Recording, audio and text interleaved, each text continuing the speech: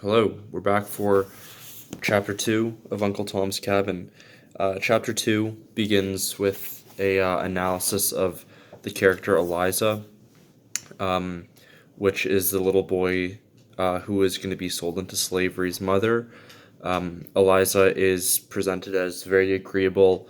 She's a very beautiful woman, and she's just a very kind soul. She's not someone who's going to be causing a lot of trouble. She gets along very well with all of her peers, and she's just a pleasure to work with in any domain. And she's married to another gentleman by the name of George Harris, and George Harris was hired out by his master to work in a bagging factory because he's very ingenious and industrious. For example, he invented a machine for cleaning out hemp, which is part of the cotton production process. And the book says that he has as much genius, mechanical genius, as Whitney's cotton gin, which was a transformational invention for cotton picking and production. And George is handsome, so it's kind of a power couple here. Both parties are attractive people. They're intelligent, and they're very compatible.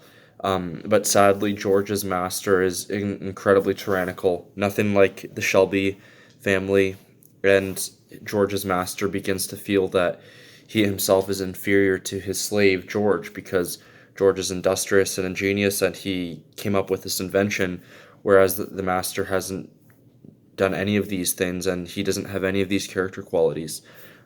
He's very cruel and brutal. So the master, because he starts to feel inferior, he takes George away from the employer and puts him to work just doing the most manual and most difficult manual labor jobs in order to try to crush his spirit and to punish him for making him not look as good as he wants to look. So Mrs. Shelby is very fond of Eliza, and when someone's very fond of, like when you have a friend, oftentimes they'll try to like match make for you and be like, oh, you would be compatible with this person. We see the same scenario here, where Mrs. Shelby, which is Eliza's mistress, Mrs. Shelby tries to matchmake for Eliza, and she realizes that this George is a really handsome guy. He's ingenious. He's industrious. You guys would be a good match. So they get married in the Shelby's parlor, and there's white gloves, there's cake, there's wine. It's a very classy affair. It's very different than most slave households at the time. Most slave households, they wouldn't have a wedding for any of their slaves. And even if there was a wedding, it would just be up to the slaves to manage it and to organize it. It wouldn't be a big deal. But in this situation, the Shelby household puts on a big party for George and Eliza. And it seems like Mrs. Shelby is very, very passionate about this whole union. And after they get married, two of the children, George and Eliza's children, dies, and they're very emotionally distraught about this. But they eventually recover, and then Harry is born, which is also Jim Crow. Their names are used interchangeably in this book.